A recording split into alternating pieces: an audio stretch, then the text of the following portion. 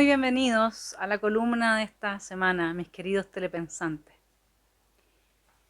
Vamos a profundizar en algunos temas cabos que quedaron sueltos la columna pasada, cuando hablamos del conflicto en la macrozona sur, del conflicto narcoterrorista que tiene hoy día a una parte del país viviendo sin Estado de Derecho, eso quiere decir con un Estado fallido, y que curiosamente tuvo un respiro respecto de las agresiones y las violaciones al derecho de propiedad y a las tomas cuando se produjo el estallido del 18 de octubre en adelante. Es decir, en la medida en que se empezaron a quemar otras ciudades en la región de la Araucanía y las zonas aledañas, bajó la intensidad del conflicto. Bueno, hay una noticia que uno agradece de todas maneras, que es esta propuesta de Juan Sutil y de la Confederación de Producción y Comercio y de sus 6 ramas, ¿no es cierto?, que está la SNA, la SOFOFA, la SONAMI, etcétera, en que están buscando de alguna forma democrática, constructiva, acercarse al epicentro del drama que se está viviendo, ¿no es cierto?, en la macrozona sur, para ayudar. Y eso siempre es muy bienvenido y siempre se agradece. Llegó a mis manos la propuesta que ellos hacen, el diagnóstico que hacen, y a mí me gustaría revisar algunos de estos puntos para luego dejarlos con un video y retomar la discusión en torno al robo de la madera, que es una de las 3 o 4 fuentes de financiamiento, junto con la venta de la droga, evidentemente, que hoy día mantiene en pie de guerra y con ingentes recursos al narcotráfico y al terrorismo, bueno, el mismo fenómeno en el sur, narcoterrorismo, ¿no? Entonces, ¿qué es lo que dicen en esta propuesta? Lo que ellos plantean, que además es una propuesta interesante porque no es una propuesta unilateral, sino que es una propuesta que se ha conversado con el Consejo de Loncos, con la Multigremial de la Araucanía, la Fundación Aitué, Corp Araucanía, es decir, todos los que los narcoterroristas disfrazados de causa mapuche llaman yanaconas, porque son los que están dispuestos a trabajar con los huincas, los ocupadores del territorio, los colonizadores, los malos, los que tienen que ser expulsados. Bueno, todo esto del Parlamento Autónomo Mapuche, etc. Entonces, su propósito es co-construir una visión y propuestas comunes para avanzar en la solución de los complejos problemas que se enfrentan. Acuérdense de los yanaconas que mataron, que miembros del pueblo mapuche, que asesinaron estos narcoterroristas vestidos de mapuche, de causa mapuche, porque algunos de ellos son mapuches, pero se visten de la causa, en Contulmo. Entonces, uno dice, francamente, y no son casos aislados, digamos, la agresión que hay, el miedo en el que está viviendo parte importante del pueblo mapuche, producto de la opresión de los narcoterroristas, es una realidad para ellos también. Sigo con la propuesta. Dice, creemos que la compleja situación que atraviesa la macrozona sur tiene raíces en la deuda del Estado de Chile. Bien, la deuda del Estado de Chile. Les cuento qué he hecho esta semana. Esta semana he conversado con varias personas que son de la zona y que están situadas en diversos lugares del conflicto. Una de ellas me contó que había conversado directamente con Aucán Wilcamán y le había preguntado, bueno, ¿cuál es la deuda? ¿A cuánto asciende la deuda? Porque mientras nosotros íbamos hablando de deuda, así como puramente, ¿no?, entonces la demanda es infinita. Si la deuda no tiene un techo, la demanda es infinita, es obvio. Bueno, en palabras de Aucán Wilcamán, es toda la octava y la novena región y el equivalente a todo lo que produjeron ambas regiones desde que fueron usurpadas por los huincas a la fecha de hoy. Bueno, por lo tanto, esto para algunas personas no tiene fin, se equivocan. Acá no es que pagándole una deuda, porque cuando nadie está obligado a lo imposible, y eso es imposible. Además que recordemos que una ínfima minoría del pueblo mapuche vive en la novena región y las regiones aledañas, la gran mayoría vive en la región metropolitana. Imagínense qué pasaría con ellos si nosotros dijéramos ya, vamos a esclavizar al resto del país por lo que sucedió hace 100, 200 años atrás, y los vamos a esclavizar entonces para mantener a estas personas con una deuda, pagando lo equivalente al PIB de las dos regiones. Bueno, eso es lo que a mí me contó una persona que está muy... He consultado fuentes bastante confiables, así es que como soy periodista me amparo en el off the record, no voy a dar los nombres, pero voy a ir contando un poco lo que me han dicho. Vuelvo a la propuesta. ¿Qué proponemos? La propuesta, o sea, yo dejaría de hablar de deuda, ya el Estado además no existe. Si quieren que les regalen Codelco, eso es lo único que el Estado tiene hoy día que produce algo, o el metro. ¿Mm? Pero el Estado somos nosotros, somos todos nosotros, cada uno de nosotros. Y yo no veo por qué las futuras generaciones se van a tener que endeudar, ni nosotros tenemos que estar endeudados por una historia que se repitió y se vivió en todas partes del mundo. Porque así fue como se desarrolló la historia del mundo. Y con todas las culturas. Entonces, dejemos de hablar de deuda. Empecemos a hablar de colaborar juntos. Empecemos a hablar de ayudarnos. Hablemos de solidaridad, sí, creativa, tal cual como digo en mi campaña por concejal por Las Condes, sí. Vamos, que tiene mucho de eso el programa que presentó Juan Sutil, de solidaridad creativa. Bueno, pero lo que él comienza diciendo es, el primer punto sobre institucionalidad, administración y legislación. Protección, fomento, desarrollo de los pueblos indígenas e institucionalidad en el contexto del proceso constitucional, avanzar en la discusión sobre el reconocimiento constitucional de los pueblos indígenas. Veamos qué significa eso: fortalecimiento de la institucionalidad del Estado responsable del desafío de los pueblos originarios. ¿Cómo podría ser la creación de un ministerio? O sea, no entendimos nada. Creamos la CONADI y lo único que ha pasado desde entonces es que el conflicto ha empeorado. Ahora con un ministerio vamos a resolver las cosas. Bueno, esa es la parte que está flaca en esta propuesta, ¿no? Porque le falta espíritu crítico, pero la propuesta tiene muy buen espíritu.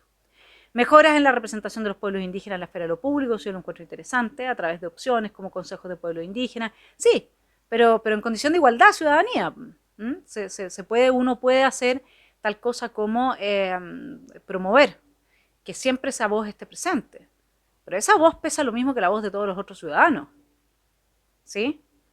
Reemplazar el actual sistema de compra de predios en conflicto, eso está muy bien, súper bien. Que las reclamaciones sean evaluadas por una comisión especial, plural y representativa, también, genial, las reclamaciones de tierra, ¿no? Que la evaluación considere como base las tierras ya beneficiadas y su relación con los títulos históricos invocados. Todo esto está excelente. Que las reglas aplicables a este procedimiento aseguren el principio de no violencia, no discriminación y no discrecionalidad. Que la comisión tenga un plazo preestablecido para recibir las reclamaciones, que con estos antecedentes la comisión pueda evaluar cada reclamación en su mérito, etc. De ahí hablan del espacio costero marino también, que interesante, no puedo profundizar porque sería una columna muy larga destinada solamente a esto. Habla del decreto supremo también del medio ambiente, en que se espera mejorar aspectos de fondo, que obvio hay una demanda porque todo lo que son las plantaciones, digamos, de las grandes forestales ciertamente y de las pequeñas y de ellos mismos cuando lo hacen, el eucalipto y el pino no son, digamos, lo más amigables con el medio ambiente, son muy poco amigables. Entonces yo creo que todo eso son políticas positivas, digamos, que son propuestas que tienen muy buen espíritu.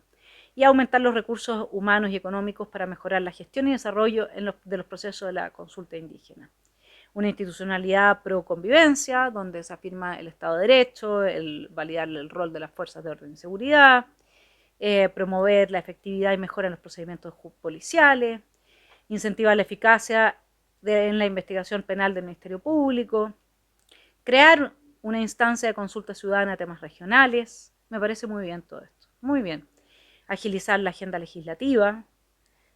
Me voy a saltar algunas cosas porque si no me voy a demorar mucho, pero fortalecer la fiscalización y sanción a los delitos de robo, el hurto de la madera, bueno, proyecto de especialización policial, control de armas, avanzar el perfeccionamiento de la ley antiterrorista.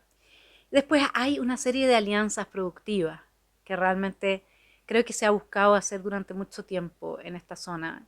Y son muchos los yanaconas, así es como despectivamente les llaman los narcoterroristas que se visten de la causa mapuche, que estarían felices de poder trabajar, salir adelante y progresar.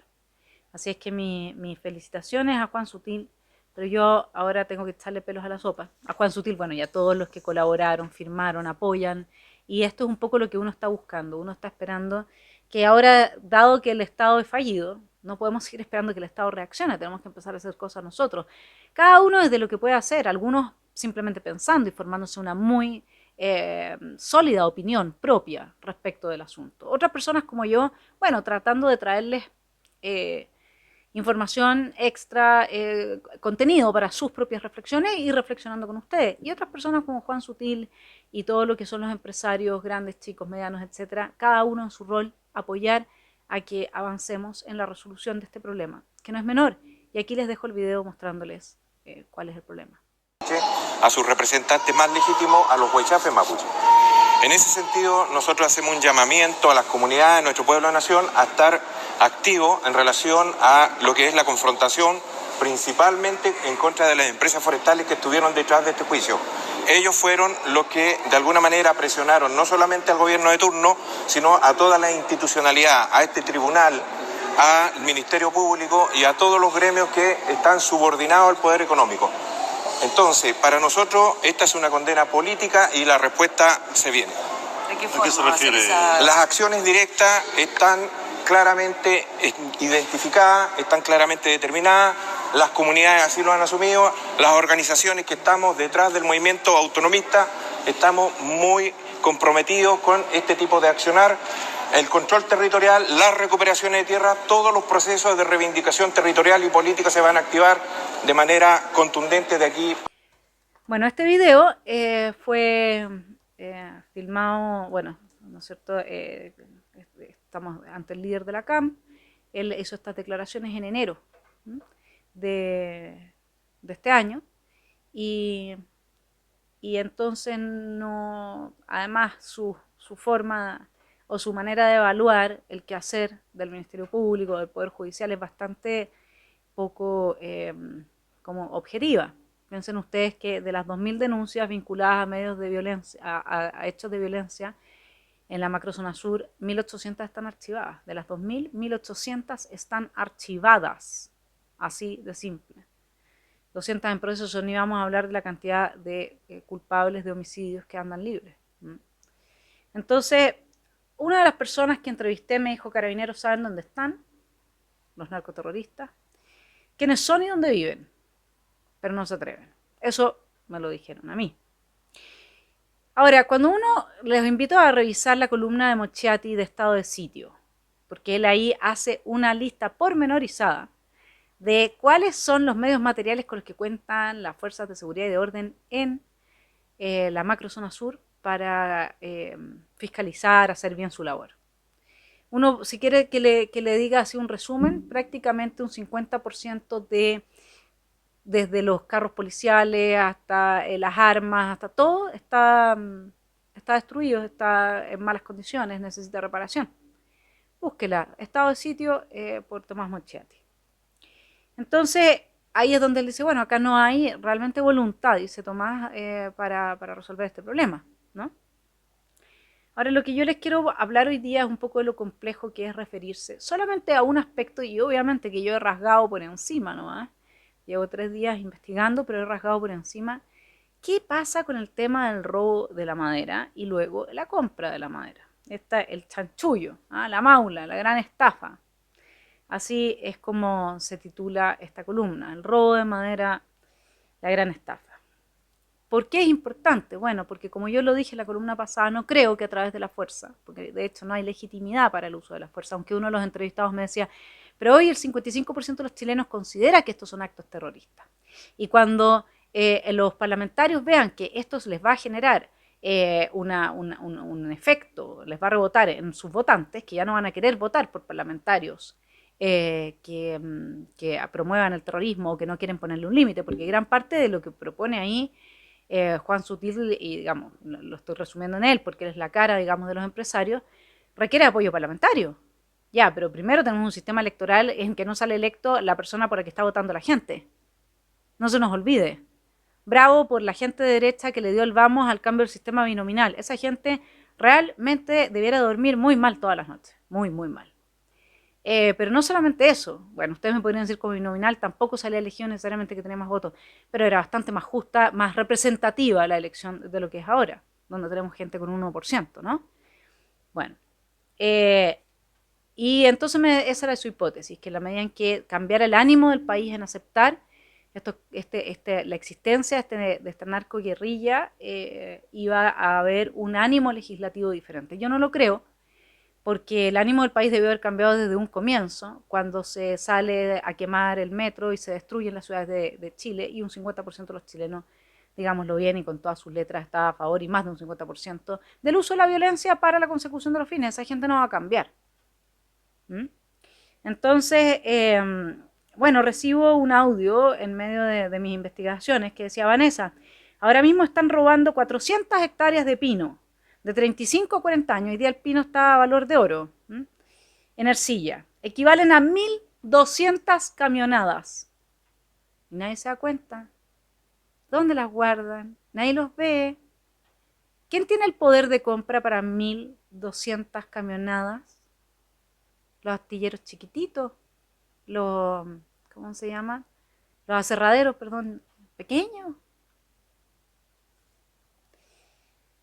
Y eso es lo mismo que me decía esta persona. Y aquí es donde uno tiene que hablar de industria forestal y no de las forestales, y en eso cometí un error en mi columna pasada y pido disculpas. Efectivamente, la falacia de la generalización.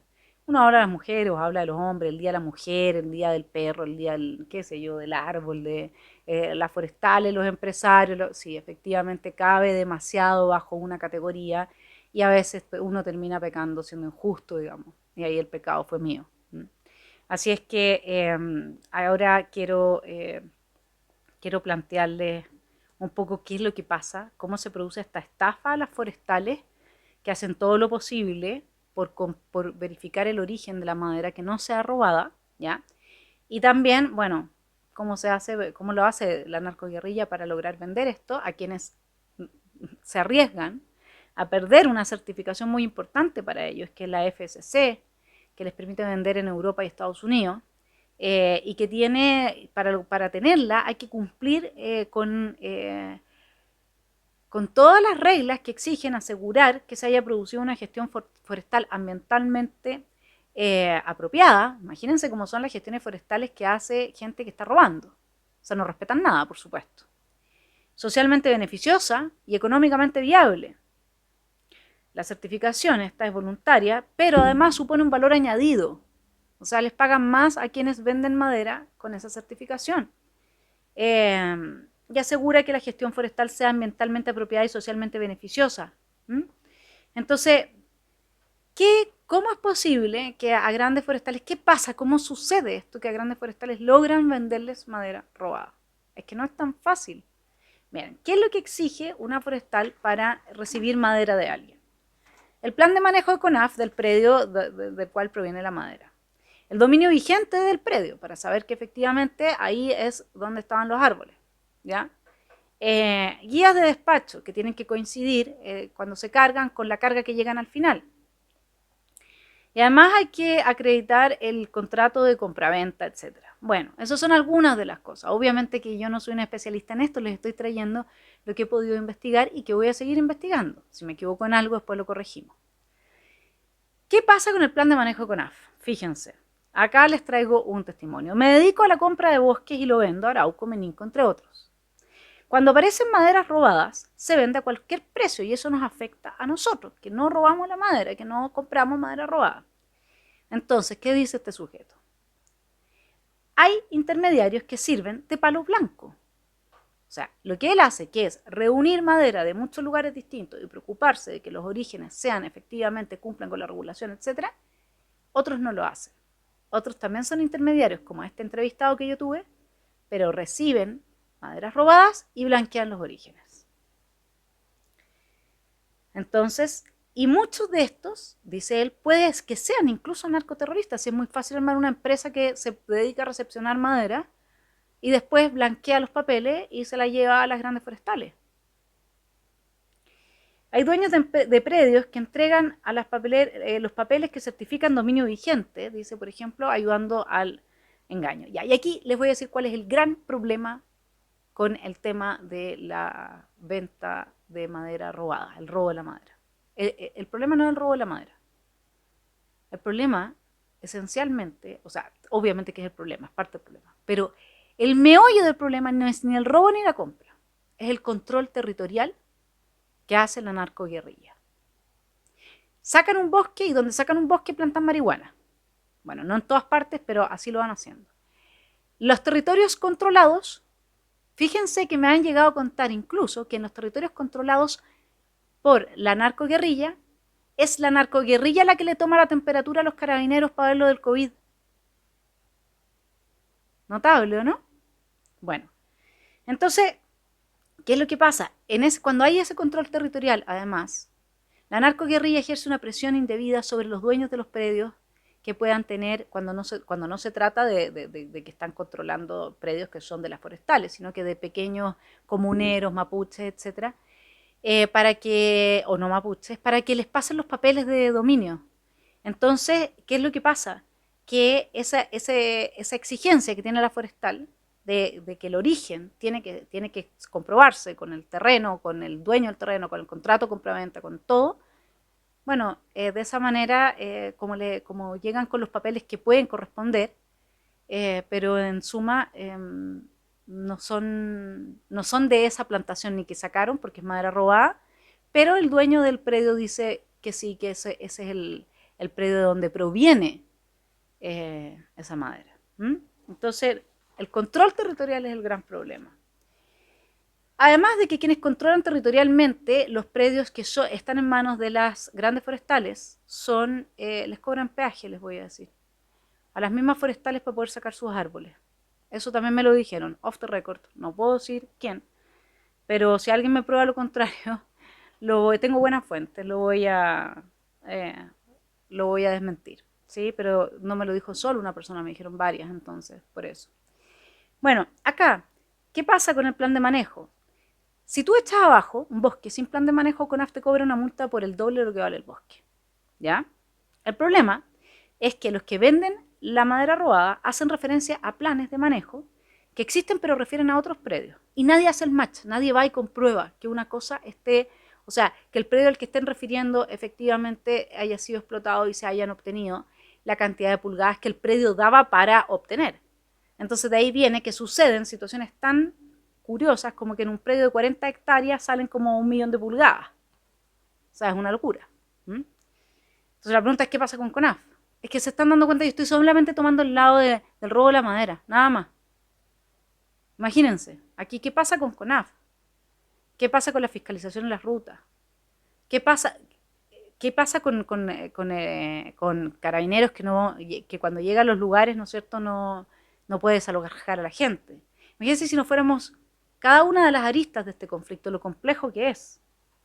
El control de tierras que se usa como excusa, para el cual se usa como excusa el conflicto mapuche, para no dejarte pasar a tus propios fondos, me dice otro entrevistado, permite que ellos no solamente consigan los títulos de dominio y propiedad, con los cuales llegan a las forestales y les mienten, sino que además consiguen contratistas que los explotan, roban plantaciones enteras. Las forestales han tratado de hacer todo, han tratado de hacer bastante. Sin embargo, todos mis entrevistados me han dicho que pueden hacer más. Ahora, han tratado de hacer bastante las empresas forestales que están ahí. Han implementado, por ejemplo, el sistema Baldor, que es el validador de origen, que lo más importante es saber que la madera no sea robada. Porque imagínense, en el mundo, después voy a ir con esa idea. Bueno, entonces, el sistema Baldor lo que hace es una verificación georreferenciada. Yo saco una foto de acá, del lugar en el que estoy, y a usted le va a llegar mi ubicación. Si le mando la foto en el sistema le va a llegar la foto con la ubicación. Entonces, ¿qué es lo que pasa? El camión tiene que cargar su carga en el lugar de origen, ¿ya? Donde coincida con los títulos de dominio. ¿Y qué hizo la narcoguerrilla? Se compró una tablet, se compraron una tablet. Además, todos estos camiones, la mayoría son robados, etc. Cargan el camión en cualquier parte, le sacan la foto al camión vacío en el lugar donde supuestamente está georreferenciado y que calza con el título de dominio de propiedad, le saca la foto ahí y luego vacío, y luego le saca la foto cargado en la tablet y el teléfono arroja, le saca la foto a la tablet y el teléfono arroja el lugar donde está, pero lo que pasa es que lo fue a cargar a otro lugar de ahí y ya tiene la foto en la tablet. Entonces se hace de tal modo que la georreferencia muestra que el origen es exactamente el que se está diciendo en este sistema, pero ya encontraron la trampa. La trampa es tener la foto del camión cargado en la tablet. ¿Me entienden? Da lo mismo la ubicación, porque la foto no le va a mostrar a usted un paisaje. Mira, esta es la cascada y entonces por eso es que este es el lugar donde cargué y donde estaba vacío el camión. No. Imagínense un peladero así donde ya se sacaron los árboles, da lo mismo, usted no se va a dar cuenta. Lo único que a usted le importa es ver que esté georreferenciado ahí. Entonces después le saca la foto en el lugar que están diciendo, pero a la tablet. Y con eso llega la georreferencia. O sea, las forestales han hecho bastante también para tratar de evitar comprar esta madera robada. Bueno, ahí está el tema de que nadie controla los camiones, que se falsean las guías de despacho también, que Carabineros no sabe leer, me han dicho, o que les han tenido que enseñar, y muchos no saben, no es que todos los carabineros, pero muchos no saben.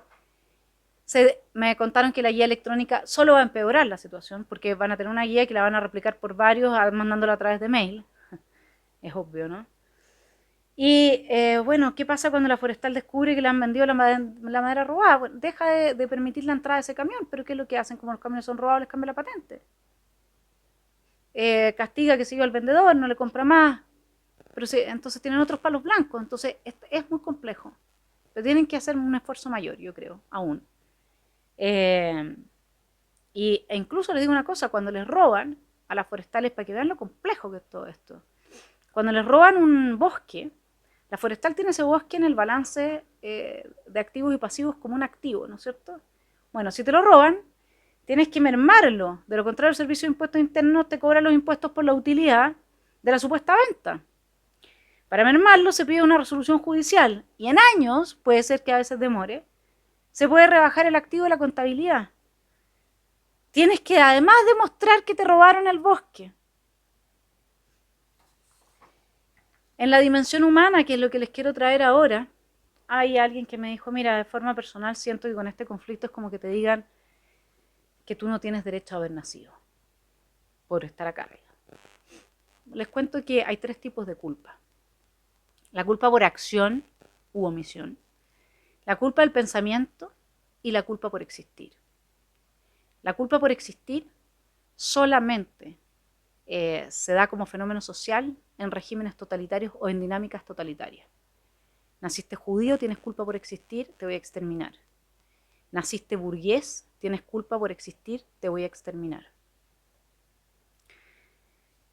Así es que para que vean hacia dónde está yendo este conflicto, que necesita un gesto heroico.